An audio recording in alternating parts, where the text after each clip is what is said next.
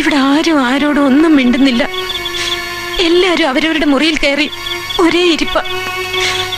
ആരും ഇതുവരെ ആഹാരം പോലും കഴിച്ചിട്ടില്ല.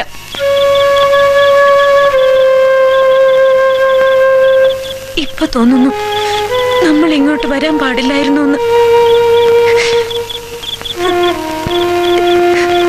കുറച്ചുനാളെങ്കിൽ കുറച്ചുനാൾ എല്ലാവരും കൂടി സന്തോഷമായിട്ട് കഴിഞ്ഞാൽ മതിയായിരുന്നു.